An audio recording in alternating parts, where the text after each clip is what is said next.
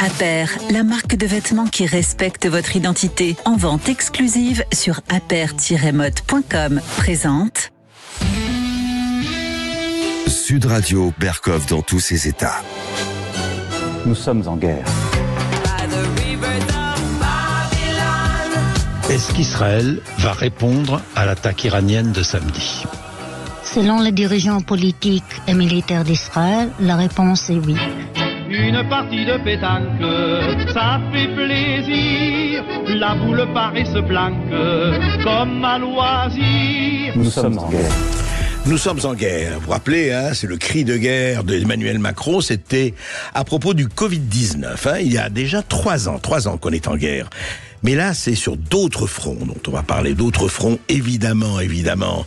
Ce qui se passe entre Israël et l'Iran, Gaza et tout cela. On va parler de ça avec Pierre Conessa. Pierre Conessa que nous avons reçu, et toujours avec plaisir, sur la guerre, sur le complexe militaro-intellectuel. Et puis il vient de faire paraître l'état des lieux du salafisme en France, le séparatisme au terrorisme. Et puis, nous allons effectivement essayer de voir où on va, sans faire effectivement de prophétie, où en est-on, où on va dans cet affrontement. Nous allons parler, alors vous dites, mais la pétanque, mais qu'est-ce que ça a à faire avec la pétanque? Rien. Ça a à faire avec simplement qu'aujourd'hui, en France, en 2024, un terrain de pétanque qui existait depuis 55 ans va être vendu par la mairie de Paris, par le conseil de Paris, à un hôtel de l'avenue Junot. On va en parler parce que, voilà, mais la pétanque, oui, mais dans le cadre, attention, de la végétalisation de Paris, des écologistes, etc. Ah ben non, écoutez, il y a eu un mieux-disant financier, donc on va pas quand même s'embêter avec ça. Et nous allons évidemment parler aussi des curieux raccourcis de Laurent Alexandre. Vous allez voir, c'est pas piquer des hannetons, du docteur Laurent Alexandre. Et puis en fait, en deuxième partie d'émission, nous allons recevoir alors un témoignage très intéressant de ce que fut la France-Afrique avec Jean-Pierre Auger, qui est auteur de Afrique à Dieu, c'est les mémoires d'un officier du secteur Afrique noire de la DGSE, dans les années de 85 à 2005, et il raconte quelque chose d'oublié, mais qui est encore extrêmement vivace. Pourquoi la France a perdu l'Afrique ou est en train de perdre l'Afrique? À tout de suite. Sud Radio, votre attention est notre plus belle récompense. C'est vraiment agréable d'entendre une radio aussi joyeuse, même que ce soit le 7h du matin et le soir, c'est excellent. Sud Radio, parlons vrai. Aper, la marque de vêtements qui respecte votre identité. En vente exclusive sur aper-mode.com. Présente Ici Sud Radio. Les Français parlent au français. Je n'aime pas la blanquette de veau. Je n'aime pas la blanquette de veau. Sud Radio, Berkov dans tous ses états. La Perse, les Hébreux. Vous allez me dire quoi? On va parler d'une histoire d'il y a 3000 ans? Non, mais pourtant, l'Iran, Israël, qu'est-ce qui se passe? On en parle tout de suite. Sud Radio, Berkov dans tous ses états. Le fait du jour. Boniem, oui, nous sommes sur les rives de Babylone et nous pleurons en se remémorant Sion. Voilà, vous savez, quand la lutte des mémoires, la lutte des identités, la lutte de tout cela, et quand on parle effectivement de la Perse, quand on parle effectivement des Hébreux et tout ça, ça fait. Et on va essayer quand même, on va pas remonter à l'histoire, sinon il nous faudrait 10h30, mais nous allons parler de ce qui se passe aujourd'hui avec Pierre Conessa qui a écrit plusieurs livres sur la guerre, sur la polémologie, sur le complexe militaro-intellectuel, on l'a reçu pour ça, et qui vient de faire paraître l'état des lieux du salafisme en France, du séparatisme au terrorisme, l'Aube, aux éditions de l'Aube. Et puis, en sous-titre, Pierre Conessa, vous écrivez « Et si grave ». Alors j'ai envie de vous dire aujourd'hui, sans du tout minimiser les choses, ce qui se passe entre Israël et l'Iran, puisque pour la première fois ce n'est plus par la guerre des autres, par proxies comme on dit, par intermédiaire et par interposé, par État ou milice interposée, Israël, Iran, est si grave. Oui, c'est grave. C'est grave, effectivement, parce que depuis la révolution islamique, en fait, il n'y avait jamais eu d'affrontement direct. C'était même un des seuls États de la région qui n'avait pas participé à une guerre contre Israël. Et donc là, le fait, la confrontation directe, effectivement, introduit une dimension qui est assez nouvelle, d'autant que vous avez remarqué comme moi qu'un certain nombre d'États de la région se sont soigneusement prémunis contre toute idée de participation à ce débat. Et la Jordanie a participé notamment à la destruction des drones iraniens. Tout à fait. Donc il y a un changement géopolitique qui est assez significatif. Oui, c'est vrai que c'est grave. Alors, c'est effectivement grave et on a l'impression aujourd'hui, alors évidemment ça se juxtapose aux guerres, je dirais, enfin plus régionales, ce qui s'est passé entre Gaza et Israël depuis le 7 octobre, ça se juxtapose à effectivement une réorganisation, on voit très bien par exemple côté, je dirais Iran, il y a quand même la Russie, la Chine, qui ont pris des positions aussi, ils sont pas entrés dans la guerre, c'est pas ça, alors que effectivement les États-Unis, l'Angleterre, un peu la France, moins bien sûr, ont pris des positions beaucoup plus favorables, et y compris du point de vue des armes, puisque les porte-avions américains et anglais ont participé aussi à l'interruption des drones ou des missiles. Mais au fond de tout cela, est-ce qu'il y a, parce que ce mélange, la République islamique, la seule République islamique du Moyen-Orient, qui est l'Iran, ce mélange effectivement la politique israélienne, alors qui est très contestée, avec l'occupation des terres de la Cisjordanie, avec d'un autre côté effectivement l'horreur du massacre du 7 octobre, mais aussi, il faut bien dire, la riposte israélienne qui a fait des dizaines de milliers de morts. Tout ça, est-ce que quand vous dites c'est grave, est-ce que c'est quelque chose qui va s'installer, parce qu'elle est installée depuis, j'allais dire 100 ans, mais depuis très longtemps dans la durée, le refus de part et d'autre. Est-ce que c'est quelque chose qui va se développer, ou à votre avis, nous allons aller vers une guerre ouverte et aux conséquences imprévisibles? Je crois qu'en tout cas, sur le conflit actuel, il faut prendre les faits, pas la théorie, tel que ça s'est déroulé. Première chose, c'est que, effectivement, dans la condamnation qui commençait à apparaître un peu partout contre les massacres à Gaza, y compris dans les universités américaines, dans les grandes démocraties, etc., Netanyahou a choisi d'internationaliser. C'est-à-dire que c'est lui qui va prendre l'initiative de détruire le consulat ou l'ambassade iranienne à Damas, c'est-à-dire sur un territoire étranger. Bon, il y a 9 gardiens de la Révolution, mais il y a 16 morts, et il y a 2 généraux des passes d'Aran. D'ailleurs, c'est pas rien. Oui. Je ne connais pas au titre, hein, à titre oui, très absolument. important. Oui. Je veux dire, je ne connais pas de pays qui, voyant une de ses ambassades à l'étranger bombardée par un État tiers et qui a autant de morts d'un coup, ne réagissent pas. Mais par contre, si c'est l'Iran qui réagit, on dit ah non, ça, il déclenche la guerre. Or, vous avez remarqué que cette guerre, cette réplique iranienne a été d'une incroyable inefficacité. Une pluie de drones détruite à 99%. Il y a donc 16 morts d'un côté, 0 de l'autre. Alors vous me dites, mais attendez, c'est pas le bilan des morts qui compte, c'est l'intention politique. Non, c'est pas vrai.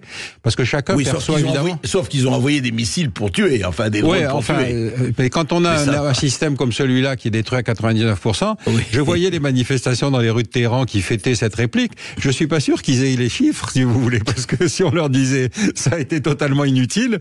Bon, donc on est sur quelque chose, si vous voulez, qui est un jeu d'hypocrite. Mais alors, Pierre connaît ça à votre avis, parce que les mollahs iraniens, on peut leur reprocher beaucoup de choses, d'ailleurs leur fanatisme et ce qu'ils font aux femmes iraniennes, n'en parlons pas.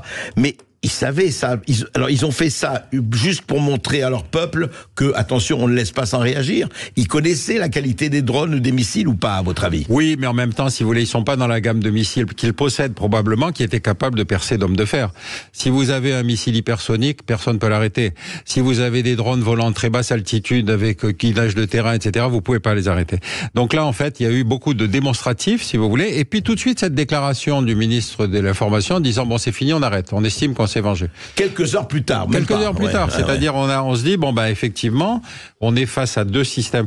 Moi ce qui me frappe si vous voulez dans cette région c'est qu'il y a 3 radicalismes face à face. Il y a évidemment le Hamas, c'est lui qui a déclenché la chose. Ensuite vous avez Netanyahou qui est un radical depuis très longtemps, qui s'est opposé à toute forme de négociation avec les Palestiniens. Et puis dans le jeu vous mettez les mots là. L'internationalisation voulue par Netanyahou c'est une manière de dire non mais attendez, moi rappelez-vous je suis la démocratie, mais enfin quand une démocratie est agressive, Rappelez-vous Chirac refusant l'attaque contre l'Irak à l'époque de George Bush. Ouais. Il avait un diagnostic juste, un diagnostic réel, pas une intention. Voilà. Alors justement, par rapport à ça, est-ce qu'on peut dire aujourd'hui, parce que je voudrais faire non pas le parallèle, mais je suis extrêmement frappé que... Comment vous expliquez que les mêmes personnes se retrouvent dans un camp ou dans un autre, parce qu'évidemment la pensée binaire aujourd'hui, qui est pour moi la pensée la plus néfaste et la plus glauque et la plus plate qui soit, on a l'impression qu'il y a deux camps. Il y a ceux qui ont choisi dans la guerre Russie-Ukraine la Russie, les autres, et ceux qui ont choisi l'Ukraine. Du point de vue du Moyen-Orient, vous avez ceux qui disent oui, Israël démocratie, Iran fanatique, et on a l'impression qu'on retrouve cette espèce de division dans des guerres qui n'ont apparemment rien à voir l'une avec l'autre. Oui, c'est vrai, mais parce que si vous voulez, avec la disparition de l'URSS, toute la pensée géostratégique qui nécessitait de prendre en compte toute crise, où qu'elle soit, puisqu'elle risquait d'être instrumentalisée par l'autre, tout à coup, quand l'URSS disparaît, c'est open bar. C'est-à-dire, vous avez 400 crises à la surface de la planète. Et donc, finalement, pourquoi celle-là plutôt qu'une autre? C'est là qu'intervient le complexe militaro-intellectuel. C'est là que les plateaux télé se peuplent de gens qui disent « je rentre de là-bas, je connais les gentils, je connais les méchants ». On ne peut pas ne pas. Le double négation suffisant d'argumentaire. Bon, je vous cite pas un exemple célèbre, le navire amiral est en BHL, mais c'est-à-dire que vous avez des gens qui sont des imposteurs, qui participent plus à la guerre. C'est la différence avec Régis Debray, avec Hemingway, avec Malraux. Les généraux de plateau, les experts de plateau. Les généraux de plateau, ils ont l'expérience de la guerre. Mais par contre, tous ceux-là, si vous voulez, qui viennent comme grands penseurs, vous savez, BHL, un jour, disait, si je savais tirer au fusil, j'y partirais. Il y a quelqu'un qui a dit, mais venez, je vais vous apprendre. Bon, il n'a jamais répondu. Il a sorti, dans sa chronique du Point, au début de la crise, en disant, je vous écris d'Israël. Moi, je lui ai envoyé un mot en disant, est-ce que tu vas écrire, je suis à Gaza la semaine prochaine? Non, il a fait et cause pour un des camps. Et donc notre travail à nous, en tout cas moi c'est ce que j'estime être le travail que j'ai à faire, c'est de dénuder, si vous voulez, ces discours qui sont totalement irrationnels et totalement partisans, si vous voulez. Mais de part et d'autre, ils sont partisans. Ah bah bien sûr, mais notre intérêt à nous, Français, c'est justement de faire la part des choses et de pas dire il y a des gentils, il y a des méchants.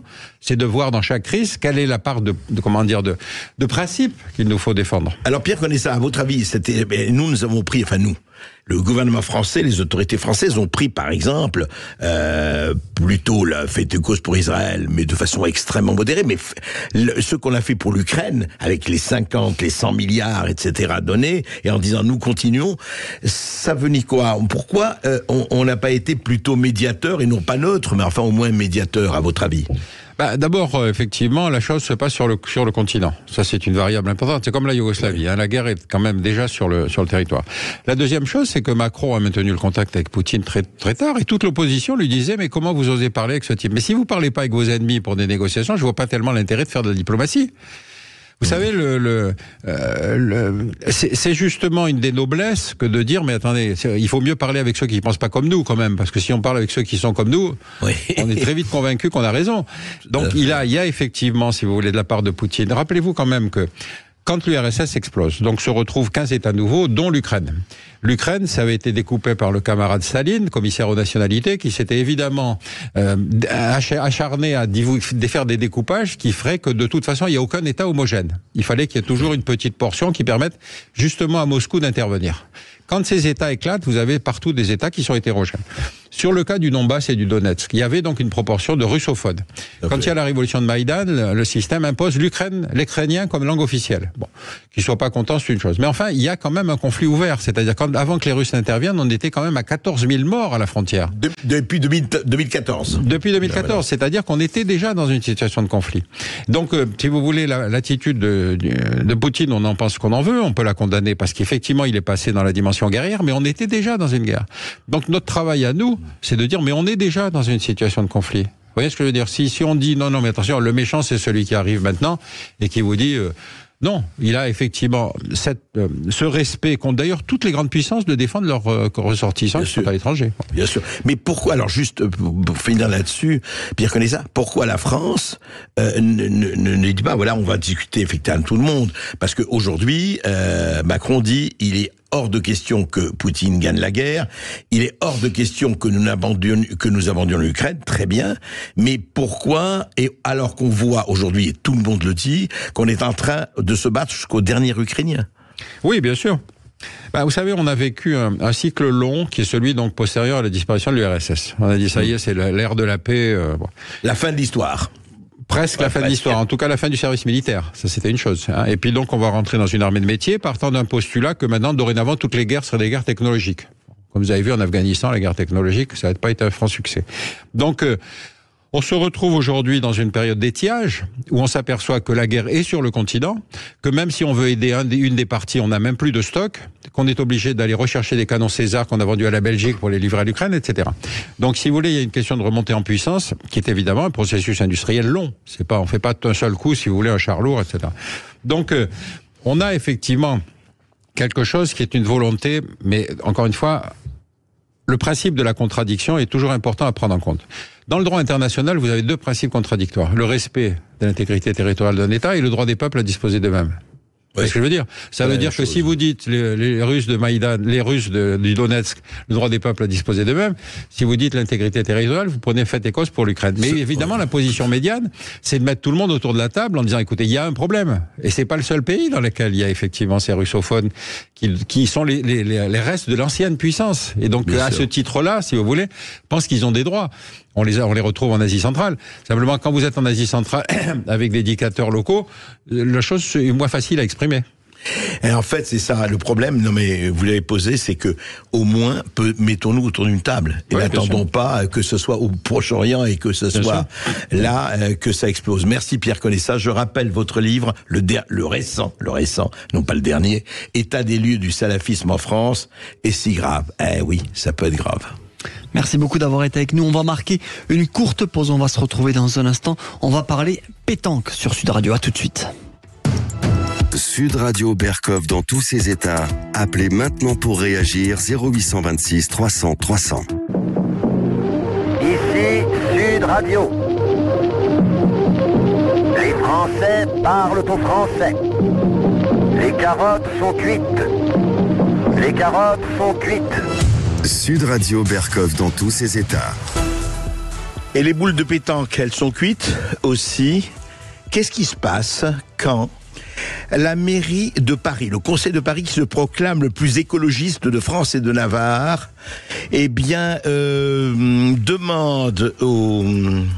demande aux membres d'un club de pétanque qui existe depuis plus de 50 ans de déguerpir parce qu'il faut le vendre à un hôtel, d'ailleurs un très bel hôtel, l'hôtel particulier avenue Junot. Ça se passe à Montmartre, à Paris, mais ça illustre très largement l'état d'un pays qui ne sait plus très bien où il est du point de vue des repères. On en parle tout de suite.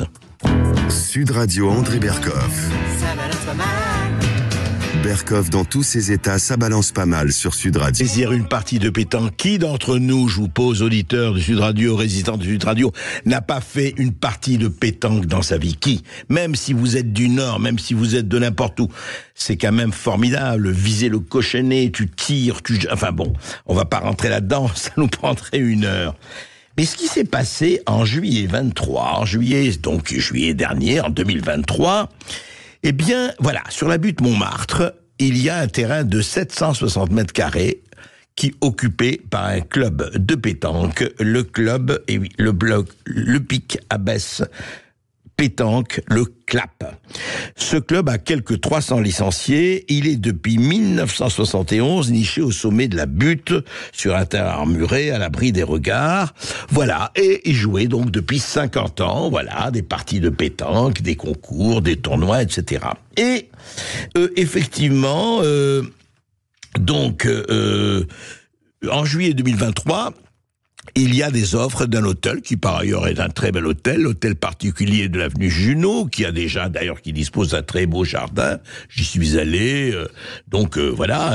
et qui dit oui, mais nous on voudrait agrandir, ces 760 mètres carrés, ça nous intéresse beaucoup, et voilà. Et il a présenté l'offre la mieux disante, dit la mairie, la mieux disante, oui, parce qu'il dit on va transformer en un espace vert unique. On va prendre que 230 mètres carrés accessibles aux Rhin. Tout le reste sera végétalisé. La création de 2 étangs, etc., ouverts aux écoles, etc.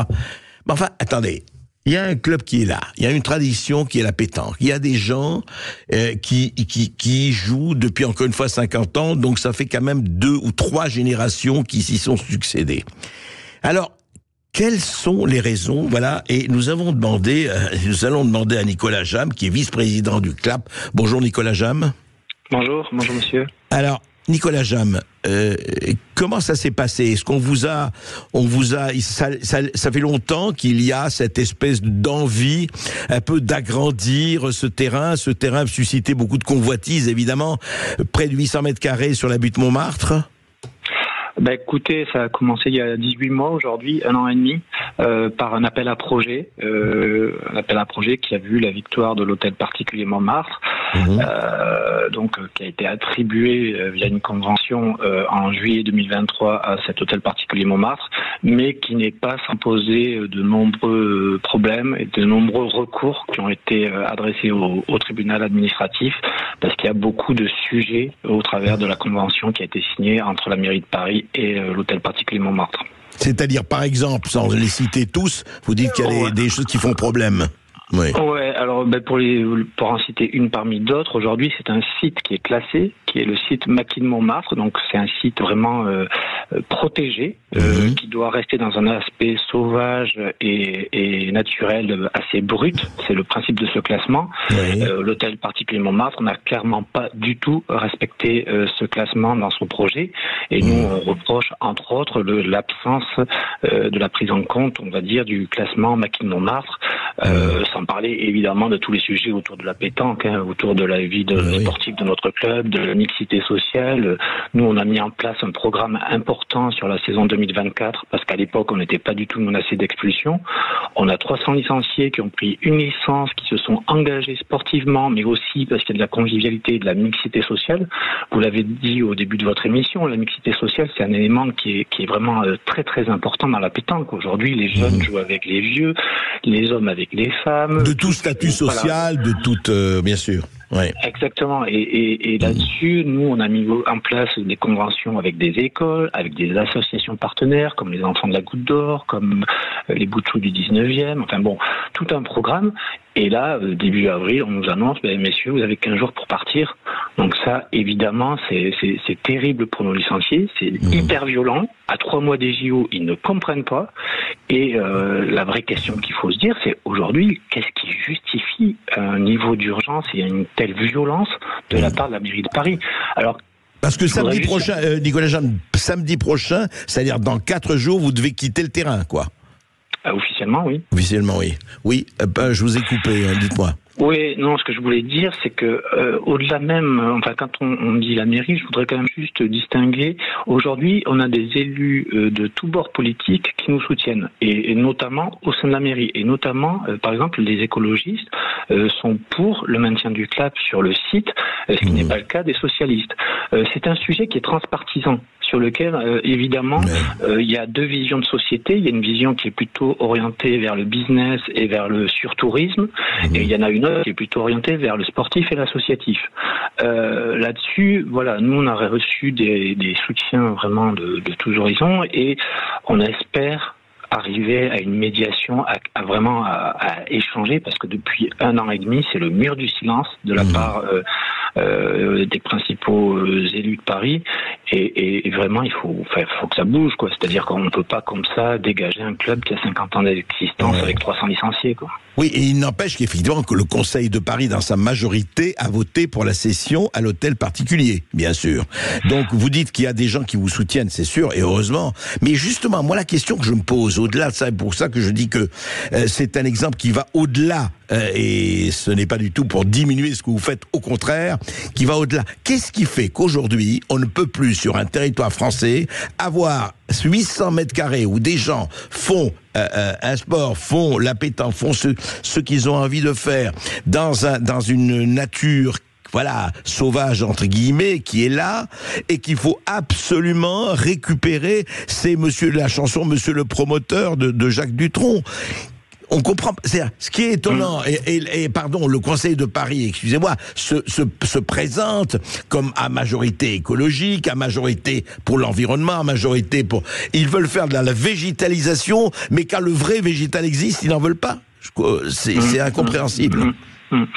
Alors, ce qui est sûr, et je vous rejoins sur ce point-là, c'est qu'aujourd'hui, on ne comprend pas, on va dire, la façon dont tout s'est organisé depuis 18 mois. C'est-à-dire que ça a été fait quand même beaucoup dans le dos des riverains et de tous les habitants de Montmartre. Ils ne savaient pas. Oui, ils ne savaient pas. Enfin, aujourd'hui, les riverains, très typiquement, ils ont engagé un recours contre la convention qui a été signée entre l'hôtel et la mairie. D'accord. Donc, aujourd'hui, les riverains sont contre. Des élus de droite et de gauche, comme Émile Meunier ou Pierre Bournazel, ont aussi déposé des recours contre cette convention signée. Parce que, notamment, c'était la première fois que la convention n'apparaissait pas au moment de la délibération du Conseil de Paris, c'est-à-dire qu'il n'y avait pas le détail du projet. D'accord. Il y a évidemment le recours de notre club, mais ça montre en fait qu'il y a une forme d'opacité qui inquiète tout le monde. Et cette opacité-là, aujourd'hui, il ne faut pas se mentir. Aujourd'hui, l'hôtel particulier, c'est un hôtel de luxe qui a une visée commerciale sur le lieu. Il aura beau vous dire qu'il veut l'ouvrir au public, qui peut croire qu'à un moment donné, avec un repas on va dire à 100 € tête et une nuit d'hôtel à 600 ou 700 €, que ça va devenir un vrai lieu public. Personne n'y croit. Donc il faut avoir l'honnêteté d'afficher son projet. Et aujourd'hui, ce projet, personne ne le connaît vraiment. C'est-à-dire que la convention qui a été signée, elle est restée masquée, même auprès des principaux élus, quoi. Oui, alors, et encore une fois, l'hôtel particulier défend ses intérêts. Mais moi, ce qui me frappe, je reviens là-dessus, c'est que le Conseil de Paris, qui représente la totalité des Parisiens, et donc la totalité des riverains de Montmartre, des habitants de Montmartre et autres, et ne parlons pas des touristes, consent à cela. Ben c'est ça aurait été vraiment quelque chose de gigantesque, intérêt, et encore, on pourrait se poser la question de 5000 mètres, 10 000 mètres carrés, etc. Bon, là, c'est encore une fois, je répète, 800 mètres carrés, évidemment dans un territoire très beau et très convoité, mais au fond, est-ce que ça ne renvoie pas, je vous demande pas, et finalement, et ce n'est pas du tout une question politique, Nicolas Jamin, mais et ça veut dire quoi je dirais, de l'esprit, de l'envie, de l'esprit du temps, quoi. Alors, tout est pour le business, enfin, on essaie de comprendre, quoi. Là où effectivement il y a un vrai sujet, c'est pourquoi aujourd'hui les Français ont de plus en plus on va dire presque de dégoût de la part de la classe politique. C'est parce que honnêtement, on sent bien que les élus, même locaux, même les élus de proximité, ont fait le choix finalement de suivre une logique d'appareil. C'est-à-dire que certains élus importants ont fait passer des consignes en disant vous suivez la consigne du parti. Si on votait vraiment selon ses aspirations, si on votait vraiment sur ce qu'on a vraiment au fond du cœur, évidemment que ce projet ne serait jamais passé. Et c'est là il y a un vrai malaise. Le vrai malaise que par exemple nos licenciés ressentent et qui est très fort, c'est qu'aujourd'hui on sent bien qu'il y a une logique financière, une logique de l'argent roi qui cherche à écraser un club sportif. Et ça, c'est très très dur. Et c'est pour ça que nos licenciés aujourd'hui sont en train de se consulter pour essayer de réfléchir à toutes les actions possibles pour, quoi qu'il arrive, quoi qu'il en coûte, comme dirait une certaine personne, on va défendre ce terrain jusqu'au bout. Voilà. Vous pensez, alors juste un mot, je suppose que ce que vous venez de me dire, il y a eu sûrement des élus, je vous demande évidemment pas les noms, qui vous ont dit en discrétion, bon, on est obligé de suivre, mais nous, on ne pense pas du tout ça. J'imagine que vous avez eu des confidences, là-dessus. Oui, bien sûr, oui. Ouais. De toute façon, il suffit de voir assez vite qui se positionne sur les réseaux sociaux et qui ne se positionne pas, quoi. Enfin, exactement. Alors dites-moi, est-ce qu'il y a encore, Nicolas Jamin, est-ce qu'il y a encore une alternative où les jeux sont faits? Qu'est-ce que vous pourriez faire? Quelle est votre marge de manœuvre aujourd'hui? Le moment que c'est fixé et que samedi, en principe, vous devez quitter les lieux. On va dire que jusqu'à samedi, on espère quand même que la mairie entende raison et à un moment donné décide d'organiser une médiation. À 3 mois des JO, clairement, on espère qu'ils vont décréter quand même un moratoire au moins jusqu'à la fin de l'année, parce que nous, on ne peut pas se permettre d'arrêter notre saison au mois d'avril. Après, si si c'est toujours le mur du silence, si c'est toujours des élus qui refusent le dialogue et les échanges, on espère soit une décision un peu plus haut au niveau de l'État, soit on espère, soit on sera obligé d'arriver à des solutions, d'occupation du terrain, et on espère, éviter ça. Mais bon, en tout cas, vous êtes prêt à aller jusqu'au bout. Enfin, en tout cas, à défendre jusqu'au bout votre. C'est pas moi qui suis prêt, c'est les licenciés du CLAP qui sont prêts. C'est-à-dire que les licenciés, ils ont, hommes et femmes, ils n'ont pas envie de libérer le terrain sans se défendre, parce qu'ils ressentent un vrai sentiment d'injustice, quoi. Voilà. Est-ce qu'on pourra encore jouer de la pétanque sur la butte Montmartre? That is the question. Et on est posé à tous ceux qui défendent officiellement l'écologie, l'environnement. Et ça devrait être de rappeler la chanson de Johnny Hallyday. Faites ce que je dis, ne faites pas ce que je fais. Il faut leur rappeler cela. Merci Nicolas Jamm. Merci à vous. Merci Nicolas Jamm d'avoir été avec nous. Je rappelle que vous êtes le vice-président du CLAP, le club de pétanque de la butte Montmartre. On va se retrouver dans un instant sur Sud Radio pour les perles, les huées, les bravos d'André Berkoff. Et puis vous aurez la parole évidemment 0826 300 300 si vous voulez réagir et poser toutes vos questions. À tout de suite sur Sud Radio. Sud Radio. Sud Radio. Parlons vrai. Parlons vrai. Sud Radio. Parlons vrai. Ici Sud Radio. Les Français parlent au français. Je n'aime pas la blanquette de veau. Je n'aime pas la blanquette de veau. Sud Radio Berkoff dans tous ses états. Ce que disait Pierre Connet, ça, c'est assez vrai, en tout cas sur le plan du complexe militaro-intellectuel. On voit que les guerres, que les conflits, que les affrontements engendrent chez certains des amalgames, des rapprochements. Et je dois dire vraiment de temps en temps des choses assez hallucinantes, ou en tout cas très drôles. Écoutez, on en parle. Sud Radio Berkoff dans tous ses états. Les perles du jour. Georges Martin, je ne traiterai pas le docteur Laurent Alexandre de con. Non, pas du tout. Il a écrit des livres sur le transhumanisme, sur l'intelligence artificielle, sur les élites, etc. Mais de temps en temps, il part dans des élancements, il part dans des digressions qui font quand même assez réfléchir, je ne dirais pas réfléchir, mais réagir, d'ailleurs de façon assez comique, parce que dans ce temps difficile, dans ce temps de brut, il est bon d'avoir des clairières un peu de détente. Par exemple, voilà. Il explique, au fond, on se demandait quel était le lien entre, effectivement, l'Iran, Israël, les Russes, l'Ukraine et le Covid-19. Parce que certains parlaient de tout ça en même temps. Il y a d'ailleurs des connexions, mais des connexions directes, n'en voit pas. Eh bien, le docteur Laurent Alexandre, lui, a trouvé les connexions. Voilà, c'est cet Einstein des rapprochements significatifs, a tweeté ceci, je cite: « L'agression iranienne contre Israël est approuvée par la plupart des antivax qui étaient devenus pro-Poutine et sont désormais pro-iraniens. La BBC a montré que les antivax étaient manipulés par les services russes. Or, l'Iran est l'allié de Poutine. » Voilà. C'est-à-dire que si vous avez des réticences, ou que vous avez eu des réticences à l'égard de la vaccination contre le Covid-19, vous êtes à la fois, évidemment, pro-Poutine, pro-russe, pour l'agression contre l'Ukraine, anti-ukrainien primaire.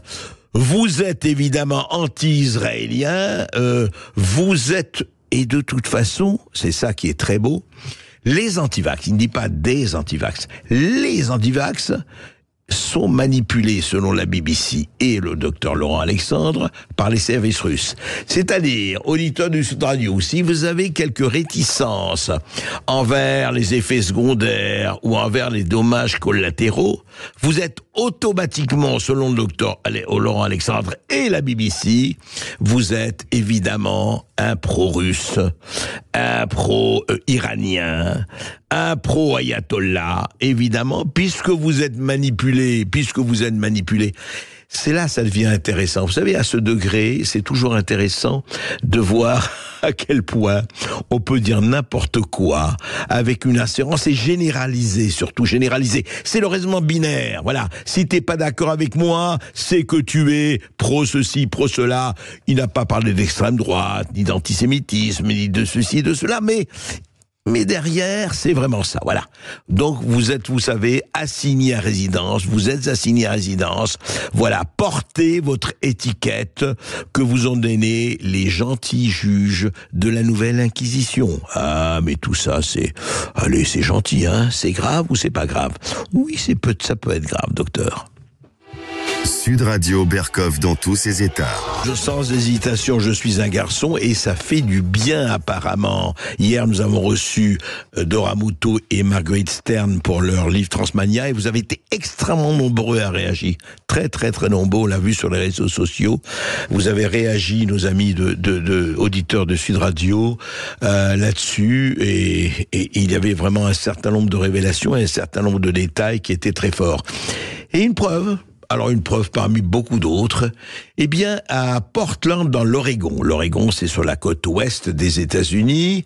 Eh bien, une lycéenne transgenre a suscité la fureur des internautes après avoir écrasé ses concurrents lors d'une compétition d'athlétisme. Voilà, elle participait, elle a participé à l'épreuve du 200 mètres pour les filles lors d'une course, donc, dans l'Oregon. Et alors, elle a franchi la ligne d'arrivée, loin devant ses concurrentes qui passent la ligne mais des secondes et des secondes plus tard. Voilà.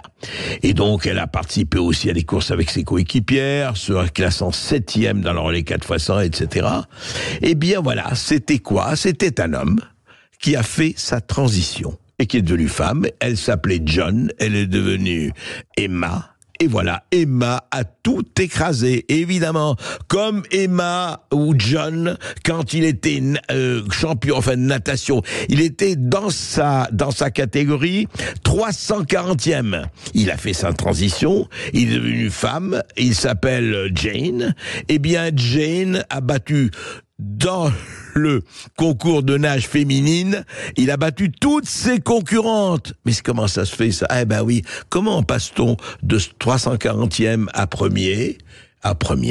Eh ben voilà, la solution, vous changez de genre, vous changez de sexe, vous devenez une fille, vous devenez plutôt un garçon ou une fille, et puis voilà, tout change.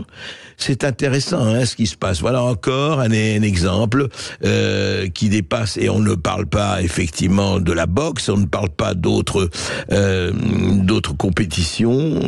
On verra ce qui se passe dans les Jeux Olympiques, en tout cas. Voilà. Donc le transgenrisme, c'est très bien. Chacun peut faire ce qu'il veut, faire sa transition. Mais quand ça passe au sport, quand ça passe au dur pépin de la réalité biologique, alors là, c'est un problème que nos amis ne veulent pas voir. Sud Radio Berkov dans tous ses états. Encore et encore, et ben ça continue. Oui, un homme âgé de 18 ans, interpellé jeudi dans le RERB avec une carabine. Voilà, non approvisionné à Villeparisis, Seine-et-Marne, sera jugé le 6 mai pour détention. Ça s'est passé il y a quelques jours. Voilà, il était dans le RERB, et un passager voit ce type sous sa djellaba, il avait une carabine, oui. Il a été interpellé donc à Villeparisis en possession d'une carabine non approvisionnée, ça veut dire non armée, avait précisé une source policière. L'arme était dissimulée effectivement sous sa djellaba. Voilà, il va être aux comparutions immédiates, il va être son procès pour détention non autorisée d'armes de catégorie C a été renvoyé au 6 mai. Il est placé sous contrôle judiciaire avec obligation de pointage une fois par semaine. Aucune infraction n'a pu lui être reprochée, donc effectivement, il est placé en garde à vue, comme d'habitude, encore et encore, et il est relâché encore et encore. Il a 18 ans, il est nationalité algérienne, il est sous l'obligation de quitter le territoire français en OQTF, mandat de recherche, était soupçonné de vol à vue-venance. Voilà. Et il est relâché parce que, effectivement, là, tout de suite, on ne peut pas le garder, évidemment, il n'y a pas d'infraction. Après tout, On n'a pas le droit de dissimuler sa carabine sous la djellaba, mais alors on n'a plus le droit d'avoir sa Kalachnikov ou son AK-47 après sous le manteau. Mais c'est quoi ce pays? C'est ça la démocratie? C'est ça la démocratie, hein? Et le permis de port d'armes alors? Ah, il n'avait pas de permis de port d'armes. Ah oui, c'est vrai. Mais on est en démocratie, ne l'oubliez pas. L'ordre règne sur la France. Et j'ajoute qu'il était déjà connu défavorablement des services de police. On va marquer une courte pause sur Sud Radio. On se retrouve après les infos de 13h pour le face-à-face. On va parler DGSE, espionnage et Afrique. À tout de suite sur Sud Radio. Sud Radio Berkov dans tous ses états, midi 14h. André Berkov. Avec Aper, la marque de vêtements qui respecte votre identité, en vente exclusive sur aper-mode.com. Aper, la marque de vêtements qui respecte votre identité, en vente exclusive sur aper-mode.com. Présente Sud Radio Berkov dans tous ses états. Le face-à-face. 13h03 sur Sud Radio, l'heure pour nous de vous présenter ce face-à-face. Aujourd'hui, André Berkov, vous recevez Jean-Pierre Roger, auteur de ce nouveau livre Afrique Adieu, mémoire d'un officier du secteur Afrique noire de la DGSE. C'est aux éditions Mareuil. Bonjour Jean-Pierre Roger. Bonjour. Bonjour monsieur Berkov. Bonjour monsieur Auger. Alors l'Afrique, hein, c'était effectivement le général de Gaulle lui parlait de l'Orient quand il disait dans l'Orient compliqué, vers l'Orient compliqué, je chevauchais ou je volais avec des idées simples. Et là, c'est plus compliqué hein, avec l'Afrique, effectivement. Et puis vous racontez. Alors un pan qui a duré des dizaines d'années, des décennies avant vous, et qui continue encore, mais de façon totalement différente, on en parlera, parce qu'entre l'Afrique et la France, la France-Afrique est morte, comme vous le disiez, depuis déjà 2 décennies. Et qu'est-ce qu'il y a aujourd'hui? On en parlera effectivement dans la mission. Mais d'abord, je voudrais dire, votre livre est passionnant pour quelque chose. Entre autres, c'est que vous parlez du quotidien, de ce que c'est qu'un officier traitant. Donc, vous êtes arrivé au boulevard Mortier, le fameux boulevard Mortier, le centre de la direction nationale, de l'action générale de la sécurité extérieure, la fameuse DGSE. Donc, et le secteur Afrique noire, le SRN dont vous parlez, qui était fer de lance à l'époque du service recherche de cette DGSE. Et vous en parlez, effectivement. Et je voudrais savoir d'abord comment on devient officier traitant et votre vocation. Qu'est-ce qui vous a amené, qu'est-ce qui vous a amené à cela? On peut pas vraiment parler d'une vocation. C'est parce que je ne connaissais pas les services. Avant d'y faire une petite visite, chaque année, les armées, nous avions un appel de la DGSE pour voir de quoi il s'agissait, en fait. Ouais. Donc, j'arrivais au terme du commandement d'une unité élémentaire, ce qu'on appelle une unité élémentaire, un escadron pour ce qui me concernait, ou une batterie, ou une compagnie. Dans quelle armée vous étiez? J'étais à ce moment-là à la Légion étrangère depuis plusieurs années. D'accord, très bien. Et donc, c'était un beau commandement, j'étais heureux de ce que j'avais fait et de ce que j'avais connu. Mais l'avenir me faisait me poser des questions. La France, c'était la France l'armée des soldats de la paix, c'était l'ONU. Pour moi, il y avait... Les casques bleus. Les casques bleus. Ouais. Et bon, je trouvais que je serais peut-être pas si heureux que ça dans des états-majors, bien que le travail est certainement très bien. Et donc cette visite à Paris, à la DGSE, a été pour moi une révélation parce que j'ai croisé un homme qui m'a tout de suite séduit, un vieux colonel numéro 2 du contre-espionnage, et qui en une journée, en su de tous les visites, les visites à gauche, à droite, les questionnaires, etc. Voilà, a su quasiment me recruter. Donc vous êtes entré, c'est bien ça, si je ne m'abuse, je dis dans votre en 1985. C'est cela. C'est ça. L'été 85. Et vous êtes allé jusqu'en 2005 et vous êtes venu en 86, c'est ça, très vite officier traitant. Ah, plus tard. Non, officier traitant, c'est un métier. Donc on l'apprend, on l'apprend. Il y a des techniques.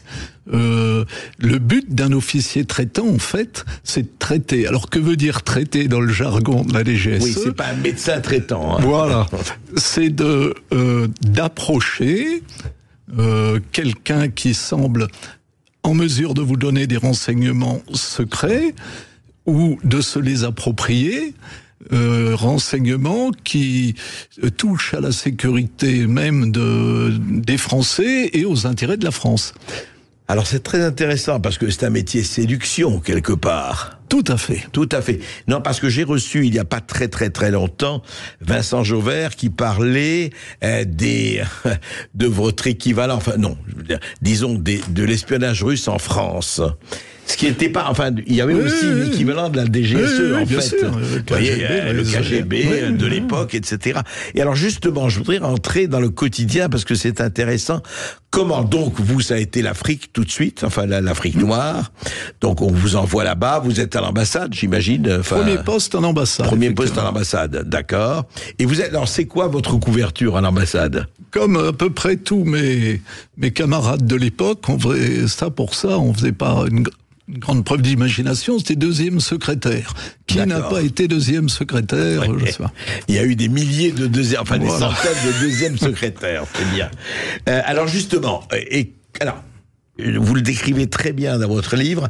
Comment ça se passe? Comment on approche? Comment on prend des renseignements en disant tiens, telle ou telle personne? Parce que, évidemment, vous êtes là pour ça, au service de la France, pour avoir effectivement des renseignements sur ce qui se passe, j'imagine, sur tous les plans, politiques, militaires, économiques et autres.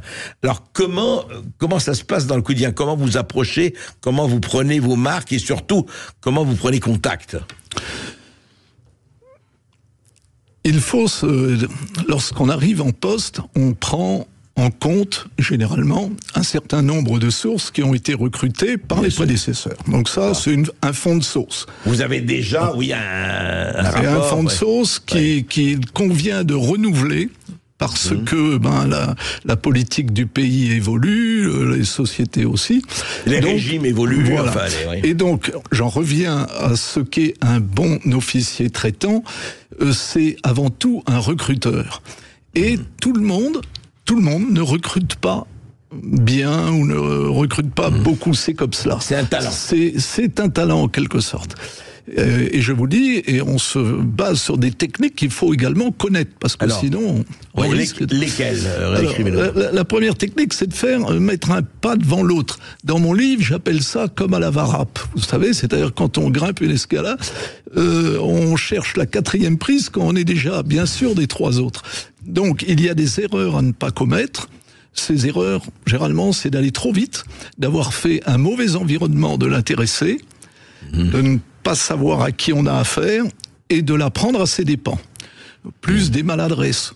C'est-à-dire si on lui remet pour la première fois un petit cadeau, une petite enveloppe. Trop tôt, pour les dire. Voilà, et trop tôt et parfois...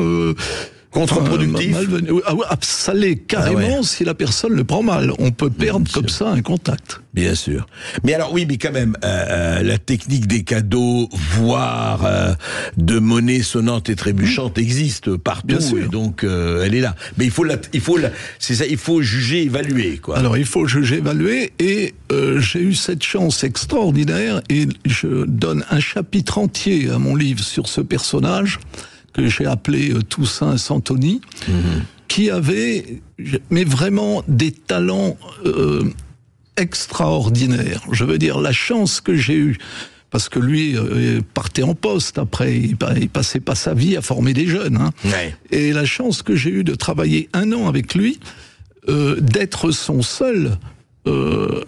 adjoint, en quelque sorte, m'a permis d'apprendre énormément de choses et d'être beaucoup plus à l'aise dans les années à venir dans cette relation. Et surtout, on disait recrutement, c'est la séduction. Je veux dire, il faut vraiment séduire en quelque sorte la personne avec qui vous êtes. Parce que sinon... si la personne n'a pas envie d'être avec vous un petit peu, de discuter avec vous, ça va pas loin. Alors, ce Toussaint Santoni dont vous parlez, effectivement, Donc, et ce qu'il vous a enseigné, appris, bon, et la séduction et donc la prudence, savoir effectivement évaluer le personnage. Est-ce que ça comprend, alors je voulais savoir, justement, on est en Afrique, est-ce que ça comprend d'aller au restaurant, d'aller dans les bars, je veux dire, comment on se lie, je ne dirais pas d'amitié, mais on se lie avec tel ou tel. Comment ça se passe? Alors d'abord, c'est une préparation, quand je vous disais qu'il y a des techniques. Il faut savoir où trouver son objectif, enfin où trouver sa cible. Donc il peut y avoir le hasard, mais bon, faut pas trop ce sur le hasard quand même. Mais peut vous faire rencontrer quelqu'un lors d'une rencontre sportive, mondaine, enfin ce que vous voulez. Mais il vaut mieux aller traîner dans, entre guillemets, dans un objectif où se trouve ce genre de personnage et de faire ce que l'on appelait une rencontre d'aspect fortuit. Alors, par exemple, donnez-nous un exemple que vous avez, un exemple, on dit, on va, un endroit où on peut trouver ce genre de personnage, c'est quoi? Je sais pas, par exemple, là il me vient à l'esprit tout de suite, je voulais avoir quelqu'un dans le domaine économique et financier d'un pays, et j'avais un ami français qui travaillait dans cet objectif, enfin dans ce qui était pour moi un objectif. Donc nous avions parlé longuement de ce qu'il faisait, de qui il connaissait, de qui était sympathique, de qui était francophile. Et donc quand je suis allé dans cette banque, on va dire, j'avais déjà une idée assez précise de qui je voulais rencontrer. Donc j'ai trouvé un prétexte qui tenait à peu près la route pour le saluer, ne rien lui demander d'extraordinaire. Et puis voilà, la relation a été un peu suivie. Voilà. Et de temps en temps, parce que vous racontez beaucoup d'épisodes et d'histoires dans votre livre, de temps en temps, quand même, vous avez frôlé, il y a quelques incidents, je dirais, pour être en litote, quoi. Pour ne pas frôler d'incidents, certains s'y sont essayés avec succès, pas beaucoup, heureusement. On peut rester effectivement dans son ambassade, écrire beaucoup de choses. Rapports, voilà, là vous touchez du doigt ce qui fait que un bon noté recruteur doit prendre, non pas des risques, mais quand même doit prendre des initiatives. Bien sûr. Oui, et toute initiative comporte des risques, évidemment. Toute initiative peut comporter des risques qu'on limite lorsqu'on est capable de sentir que ça tourne moyennement bien et qu'il vaut mieux se replier en souplesse. D'accord, oui, c'est la stratégie. On va continuer à en parler. C'est la vie d'un officier traitant, la vie d'un chef de poste extérieur avec Jean-Pierre Roger. Pour le moment, on est en pleine Afrique et non pas dans l'adieu à l'Afrique. À tout de suite. Et puis vous aurez la parole évidemment 0826 300 300 pour poser toutes vos questions à Jean-Pierre Roger qui est notre invité jusqu'à 14h. À tout de suite sur Sud Radio. Sud Radio, votre attention est notre plus belle récompense. Vous nous faites vivre les matchs de la façon que vous les commentez, que ce soit la Pro D2 ou le Top 14, c'est que du bonheur. Vous voyez, il n'y a pas besoin d'y voir avec vous, c'est comme si on y était, quoi. Voilà. Sud Radio, parlons vrai. Ici Sud Radio. Les Français parlent au français. Je n'aime pas la blanquette de veau. Je n'aime pas la blanquette de veau. Sud Radio Berkov dans tous ses états. Il a été tour à tour officier de liaison auprès des autorités nigériennes durant la rébellion Touareg, conseiller spécial du président tchadien Idriss Déby, chargé de mission à la présidence ivoirienne sous les mandats d'Henri Konan Bédié, du général putschiste Robert Gaye, oui on se rappelle, sans oublier Laurent Gbagbo. Donc Jean-Pierre Roger, vous avez été effectivement non seulement témoin, vous le dites, mais en fait vous avez vu des présidents, des successions de présidents, de ministres, etc. dans cette espèce de comment on peut dire, quelquefois de lac calme et quelquefois de pétaudière qui a été l'Afrique, mais pas seulement l'Afrique, mais enfin là vous c'était l'Afrique noire. Et hors antenne, vous m'avez dit que, enfin votre éditeur me disait que vous avez même retourné, ou en tout cas tenté de retourner, une journaliste de Radio France Internationale. Expliquez-nous. Bon, le terme retourner, oui, non, un peu particulier. En tout bien, tout honneur, évidemment. Voilà. Alors, pour pas l'accuser de machisme. C'est justement pour pas retourner que j'ai dû mettre un terme à cette relation. Si vous voulez, bon là, il vaut mieux en rire, mais les jeunes femmes de RFI, les jeunes journalistes à l'époque, je trouvais qu'elles étaient particulièrement efficaces et je me demandais toujours comment elles arrivaient à pénétrer un petit peu les milieux dirigeants africains avec autant de facilité d'être reçus par ta... Et donc, du coup, je me suis dit, enfin, Toussaint Santoni n'était pas pour rien, il m'avait orienté vers cet objectif et je suis allé traîner effectivement dans les couloirs de Radio France à l'époque, et une rencontre d'aspect fortuit m'a permis de connaître cette jeune femme dont j'ai vite découvert qu'effectivement elle était bien au fait de l'actualité africaine, notamment en Afrique centrale. Donc j'étais content d'avoir quelqu'un qui soit capable de me rapporter un certain nombre d'éléments qui intéressaient le service. Bon, il se trouve que c'était la première fois que j'approchais une jeune femme et je me suis rendu compte... rassurez-moi, pas la première fois que vous approchez une jeune femme. Bon, enfin, voilà. Écoutez, oui... Oui, mais une journaliste, une journaliste qui pouvait, voilà, disons ça. Et je me suis vite rendu compte qu'il y avait un risque de dérapage sur le type de relation. J'avais beau dire que j'habitais chez une vieille tante à Paris qui voulait pas, c'est pour ça que je lui donnais pas de numéro de téléphone, on n'avait pas de portable à l'époque. Pour ne pas être dérangé, que je donnais pas, que je payais parfois le restaurant, mais que parfois j'essayais de prendre discrètement la note pour pas... Bon, bref, elle, à mon avis, s'est rendue compte que j'étais peut-être pas tout à fait l'homme que je prétendais être, et voilà, je me suis dit, il est temps peut-être de rompre. Et oui, parce que ça prenait une autre tournure. Voilà. Mais en fait, disons, à cette journaliste comme à d'autres, vous présentiez quoi, comme secrétaire d'ambassade, comme non, pas du tout. Pardon, avec elle, vous êtes présenté j'essaie de me rappeler ce que j'avais... trouvé, je travaillais... Vous étiez homme d'affaires, oui, dans les affaires, mais je me rappelle plus, je dois le dire, le préciser dans le livre. Non, j'ai pas noté, mais... voilà, c'était... Je m'intéressais à l'Afrique, au niveau commercial, je crois notamment, mais la politique m'était un peu étrangère. Alors, quelles étaient vos relations avec les gouvernants ou les présidents que vous avez connus? Là, vous en parlez longuement. Alors, les présidents, les gouvernants, etc. Il y en a avec qui ça s'est très bien passé.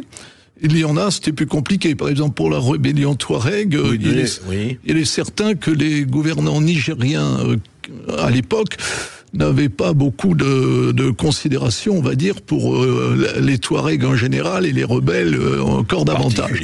Donc c'était un petit peu compliqué.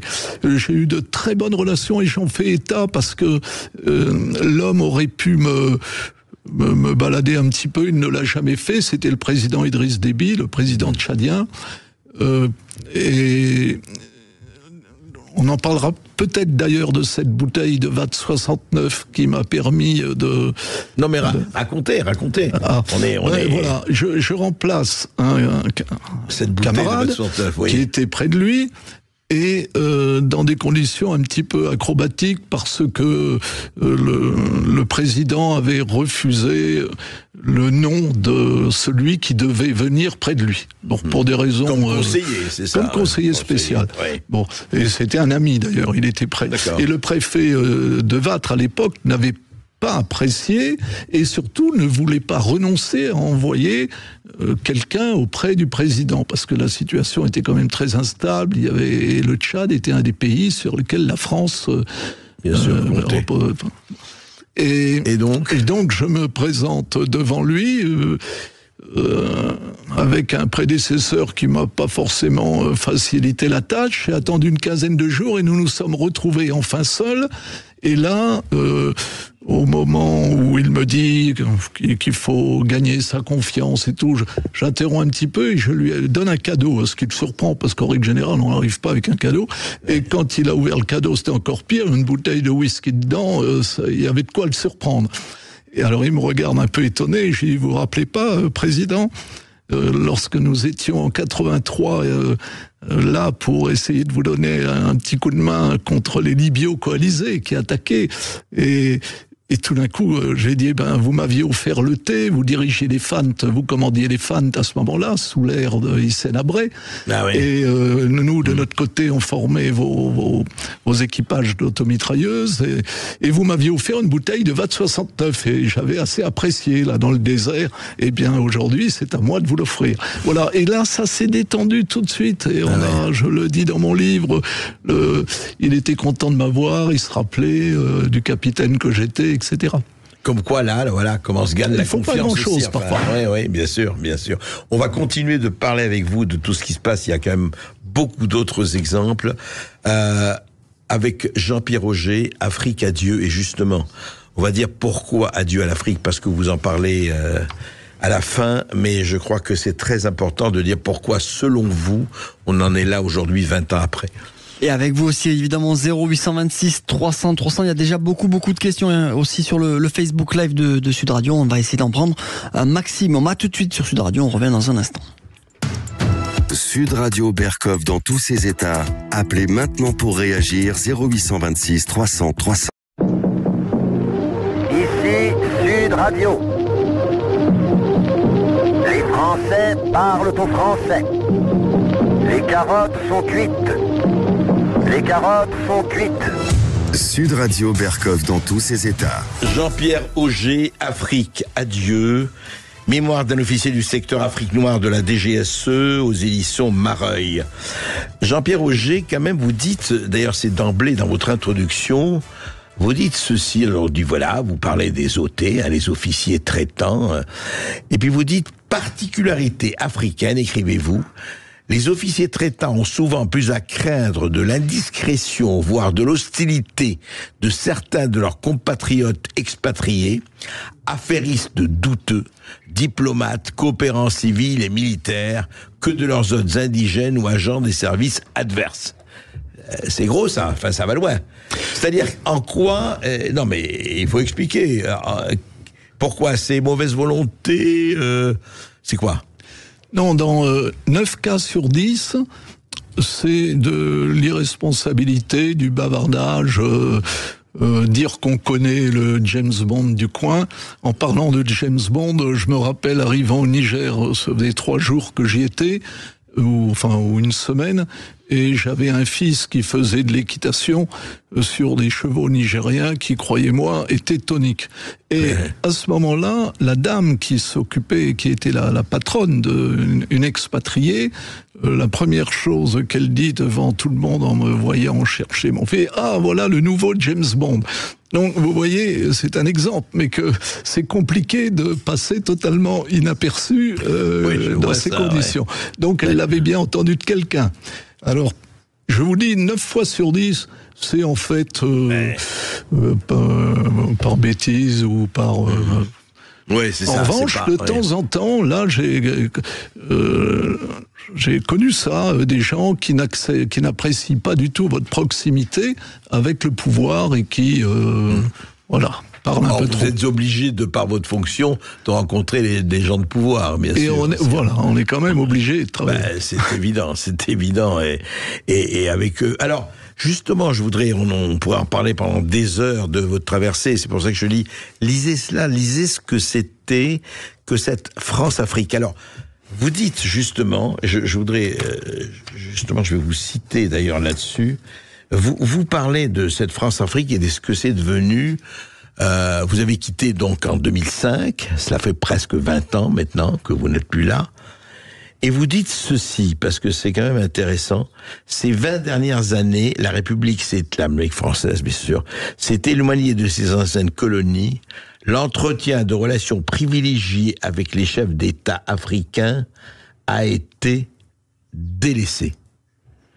Et vous dites que c'est quand même assez grave, effectivement, vous parliez par rapport à votre Senghor de l'émotion et de la raison. Alors pourquoi d'abord la République s'est éloignée, à votre avis, de ces colonies? Pourquoi il y a eu cette espèce de recul qui a fait qu'aujourd'hui, on voit ces dernières années ce qui se passe, les Russes, les Chinois, Wagner et compagnie par rapport à la France. Et on ne citera pas la Mauritanie, le Burkina Faso, le Mali et compagnie. Je voudrais avoir vraiment votre avis d'aujourd'hui. Oui. Moi, donc, je parle essentiellement d'une période que j'appelle le crépuscule de la France-Afrique. Parce que la France-Afrique a démarré, j'allais dire, dès les années 60, oui, dès les indépendances, dès que le projet gaullien de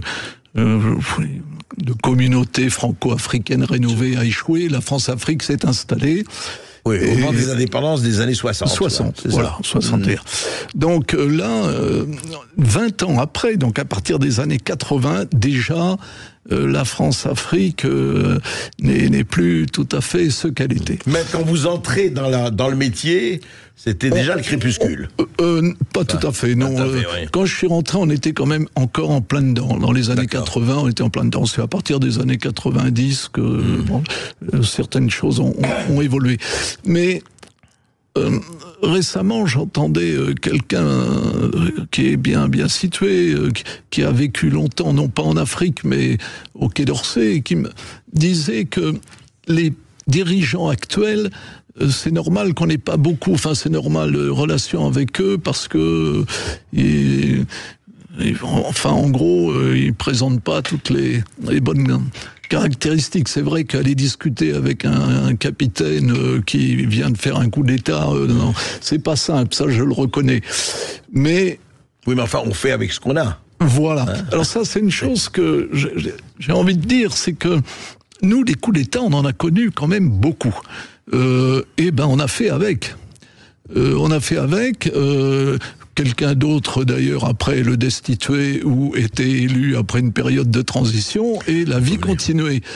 Mais il est certain que au départ de Jacques Chirac, je situe à peu près cela, Jacques Chirac avait quand même maire de Paris, il avait une cellule africaine pendant tout à sa botte. Oui, mais vous dites quoi? C'est-à-dire c'est un désintérêt, oui, c'est un manque de psychologie, c'est une négligence, ou carrément c'est une bêtise? Oui, là c'est...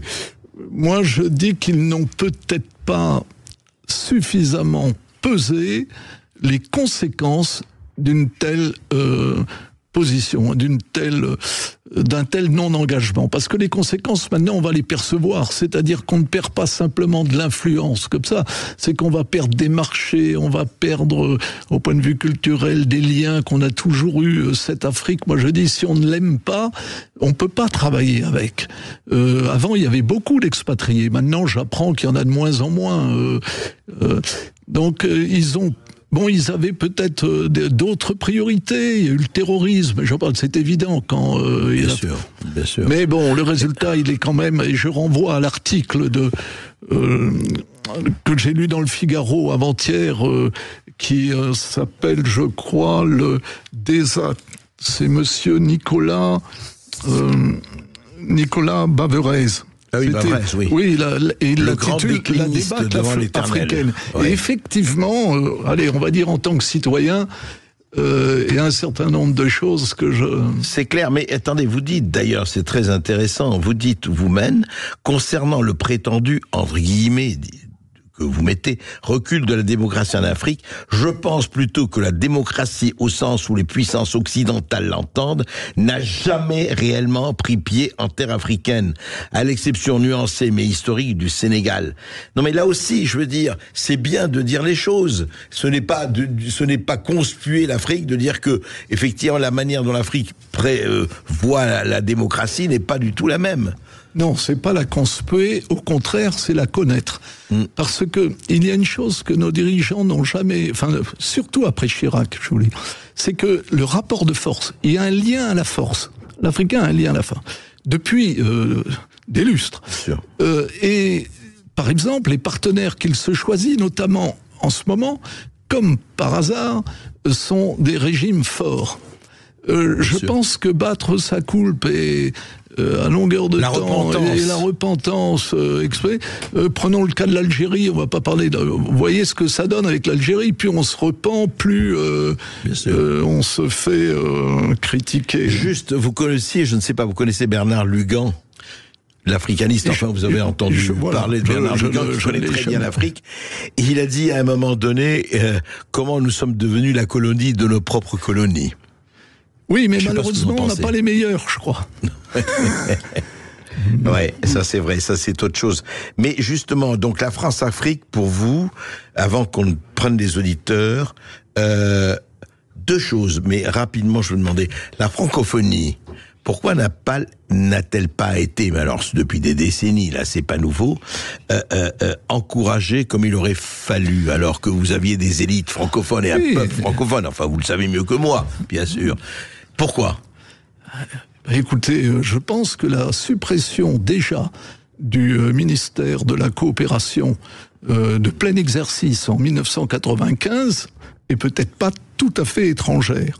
Bon, il y a l'AFD, l'Agence française de développement, je ne sais pas, mais je crois que là aussi, eh bien, on a laissé un peu couler. Ouais, c'est ça, et c'est vraiment. Et deuxièmement, il y a cela. Et puis pourquoi c'est une autre question. Le franc CFA, juste, à votre avis, c'est condamné ou pas aujourd'hui? Comment vous sentez ça ? Il est condamné s'ils arrivent à trouver une solution. Là, en ce moment, on travaille, la CEDEAO, enfin la Communauté des États d'Afrique de l'Ouest, travaille sur l'ECO, je crois, ça serait le nom de... Le Sénégal, le président sénégalais qui vient d'être élu disait il y a quelques jours que lui pensait à un franc, une monnaie sénégalaise qui pourrait s'appeler le Sénégal, donc, mais qui s'appuierait quand même un peu sur la CEDEAO. Là, je vous cache pas que je n'ai pas les compétences financières, mais... Non, mais en fait, c'est lié un peu à ce déclin de la France-Afrique, ce crépuscule. Mais moi, je dis la francophonie, ça m'a beaucoup frappé, et ce déclin aussi par rapport à ça. Esteban, je crois que nous avons des auditeurs. Et nous avons Franck qui nous appelle depuis Bordeaux, qui a une question pour Jean-Pierre Roger. Bonjour Franck. Bonjour Franck. Bonjour Franck. Bonjour Monsieur Berkoff, mes respects, mon général. On vous écoute. Moi, je vous appelle parce que j'ai fait l'armée, j'ai été militaire.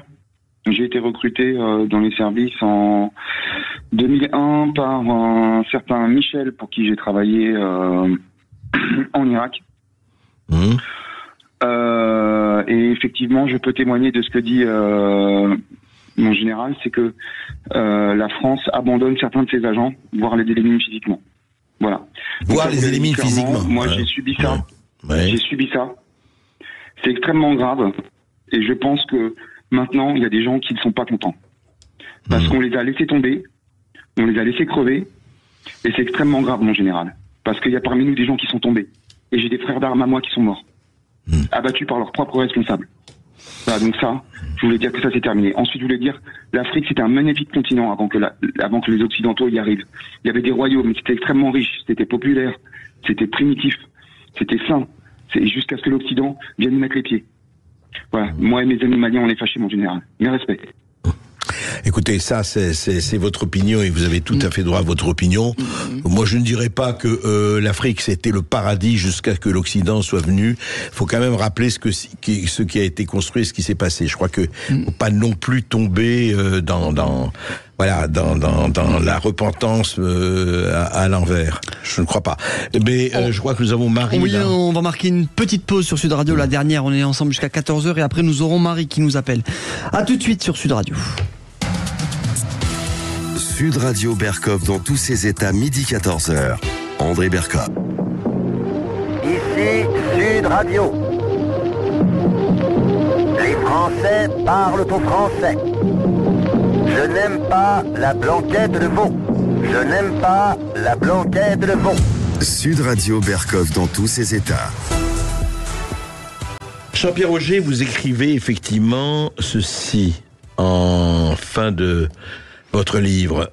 Quant à la France-Afrique, objet de bien des fantasmes décriés, reniés, jugés responsables de toutes les difficultés auxquelles nos anciennes colonies font face, une question mérite néanmoins d'être posée. Évidemment, vous allez passer pour un affreux réactionnaire en disant ça, en écrivant ça, mais non, mais vous posez une question quand même qui non seulement mérite d'être posée, mais mérite qu'on lui réponde.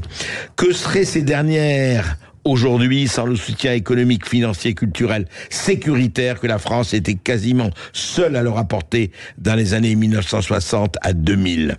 En dépit de bien des erreurs, ingérences, compromissions, certes accompagnées du soutien avéré de Paris à nombre de régimes autocratiques et corrompus, évidemment, vous le dites, la France-Afrique n'a-t-elle pas largement contribué des décennies durant au maintien de la paix civile dans la plupart des pays du champ? Et vous dites, voilà, alors, oui, il faut rompre avec la France-Afrique, etc. Mais alors, pour faire quoi? Alors rompre très bien, non, absolument. Et puis l'appui à des régimes. Mais enfin, il faut rappeler ce que disait De Gaulle. Hein, un pays n'a pas d'amis, n'a que des intérêts. La morale, oui, c'est important, mais qu'est-ce qu'on fait? Eh ben, c'est la question à laquelle j'aimerais que nos gouvernants répondent maintenant. Qu'est-ce qu'on fait? Quelle est la stratégie? Moi, je propose puisqu'on ne retrouvera plus à court terme l'influence qu'on avait dans tous les pays d'Afrique francophone. Faut pas rêver. Je propose simplement de déterminer, d'identifier 2, 3 ou 4 pays sur lesquels on pourrait appuyer donner notre soutien économique, culturel. Et si ça marche bien, eh bien, cela irradiera peut-être que les pays voisins, dans 5-6 ans, quand ils en auront marre des Chinois et des Russes, peut-être se rapprocheront de nous. Eh ben, écoutez, espérons-le. En tout cas, ça la question est posée. Esteban, nous avons Marie qui nous appelle depuis Neuilly-sur-Seine en région parisienne. Bonjour Marie. Bonjour Marie. Bonjour M. Berkoff. Bonjour mon général. Une question concernant un pays. Je dirais juste un mot parce qu'on a déjà traité. Jean-Pierre Roger, vous n'êtes pas général. Et non, je ne suis pas parvenu à l'être. Je me suis arrêté au grade de colonel. C'est déjà pas mal. C'est le colonel Auger, pas le général Auger. Mais il n'y a pas qu'un problème, Marie. Allez-y, on vous écoute. Oui, il y a un pays qui me tient particulièrement à cœur, c'est le Niger. Et l'année dernière, ça fera 1 an, cet été, il y a eu un coup d'État. Le président Bazoum est toujours retenu. Il va être jugé pour haute trahison, apparemment d'ici 1 mois et demi. À votre avis, pourquoi on avait des forces en présence et pourquoi l'avons-nous lâché? Jean-Pierre Roger. Là, je vais vous dire que je ne le sais pas, parce que nous avions des forces en présence, mais comme les mots employés souvent par nos gouvernants, c'est de dire que les opérations de la canonnière du passé, c'est terminé. Je crois que le président en exercice chez nous s'est trouvé face à un mur, c'est-à-dire à un pays qui n'a absolument pas envie de négocier ou de traiter quoi que ce soit. Donc, compliqué pour le gouvernement français, d'autant qu'il s'est raidi, d'autant qu'il a demandé à la CEDEAO, aux forces de la CEDEAO, c'est-à-dire notamment au Nigeria, d'intervenir à sa place. Donc, je suis le premier à le regretter, car ce pays est un pays qui nous est proche et où nous avons des intérêts communs. Mais justement, merci Marie. Oui, vous y ajoutez quelque chose, Marie, ou pas? Non, elle n'est plus là. Marie n'est plus là. Non, le problème qui est tout à fait... vraiment, quand je lisais votre livre, il y a quand même une espèce... Et vous voyez, ça fait 20 ans, qu'est-ce que c'est dans l'histoire du monde? C'est un clin d'œil, mais le paysage a totalement changé. Alors, on ne dit pas que la France n'est plus là, il ne s'agit pas de jeter le bébé France avec l'eau du bain russo-chinois. Mais quand même, enfin, ce qu'était la France il y a encore... enfin, du temps où vous étiez officier traitant et chef de poste, on a l'impression, alors de l'extérieur, hein, bien sûr, on ne connaît pas que c'est vraiment un passé, je dirais pas préhistorique, mais moyenâgeux. Oui, et puis il y a eu beaucoup d'évolutions, il y a eu une démographie totalement incontrôlée et galopante, près de selon les pays, entre 50 et 60% de la population qui a moins de 20 ans. Il y a un islam conquérant, vindicatif, que j'ai connu déjà au Niger. Qui existait déjà. Qui est arrivé d'Arabie Saoudite, d'Irak et d'Iran. C'est-à-dire que j'ai vu les premières jeunes filles lapidées parce qu'elles portaient des jupes. J'ai vu les établissements de boissons à Maradi et Zinder, à l'est du Niger, détruits par des... Dans quelles années, les années 80, j'étais au Niger entre 89 et 93. Ah ouais, donc, pas... 30 ans. Donc ça n'a fait que s'accentuer. Je l'ai vu au Niger, les premières femmes type Belphégor sponsorisées par l'Iran. Donc oui, les choses ont changé avec un islam qui est, je vous dis, non seulement vindicatif, mais xénophobe et qui développe la haine du blanc.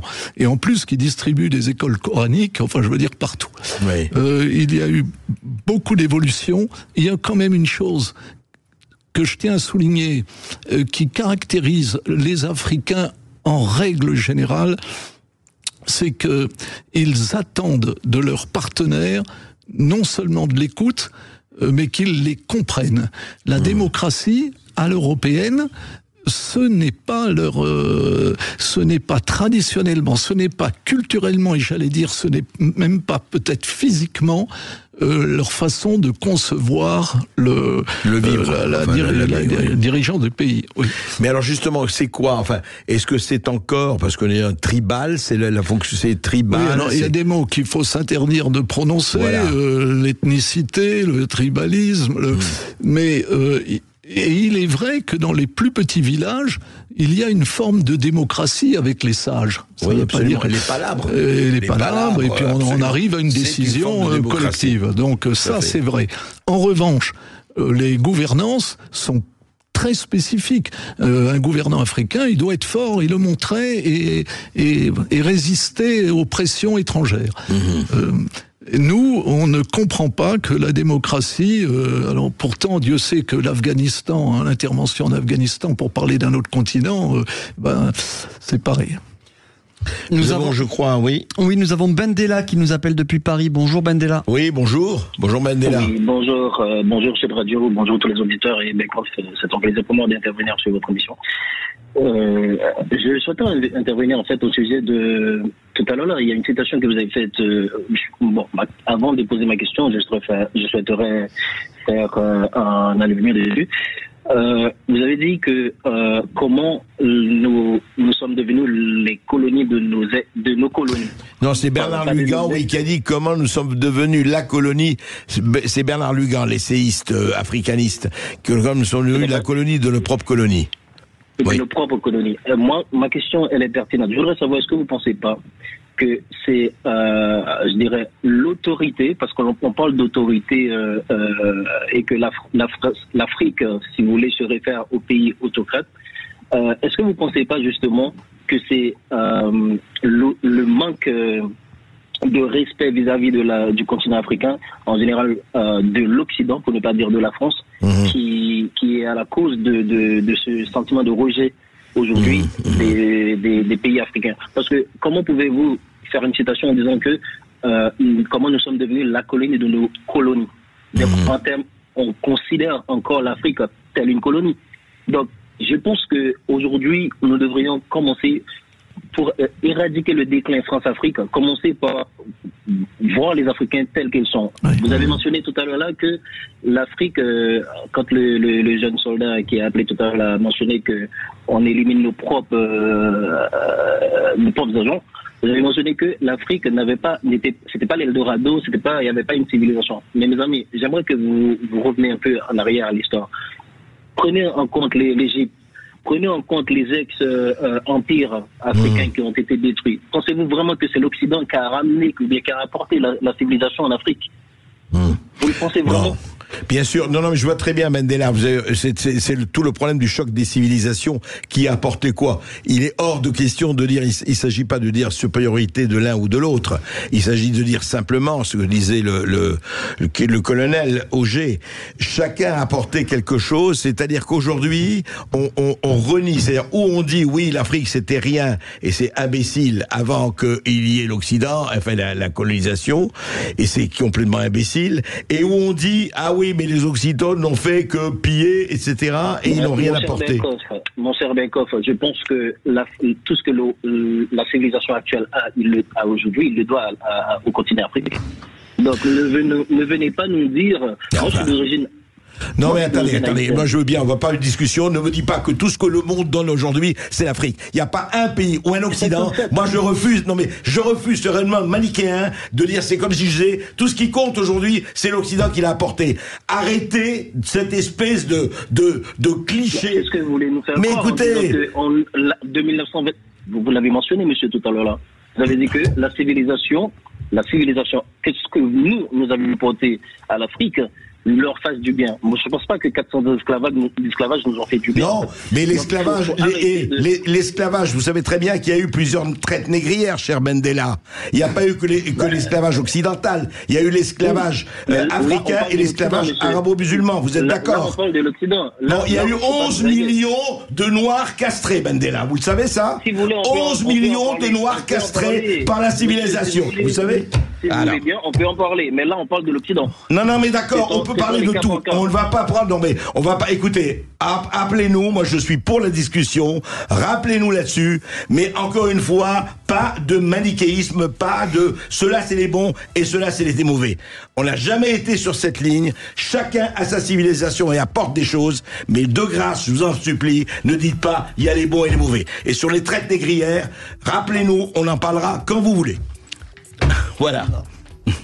Bon, c'était... Je suis absolument, mais il fallait le souligner, il n'y a pas de problème. Merci beaucoup Jean-Pierre Roger d'avoir été avec nous. On rappelle votre livre Afrique Adieu, mémoire d'un officier du secteur Afrique Noire de la DGSE. C'est publié aux éditions Mareuil. Merci beaucoup d'avoir été avec nous. Merci André Berkoff d'avoir animé l'émission. Tout de suite, c'est Brigitte Lahaye sur Sud Radio. À demain. Merci. Sud Radio Berkoff dans tous ses états, midi 14h. André Berkoff. Avec Aper, la marque de vêtements qui respecte votre identité, en vente exclusive sur aper-mode.com.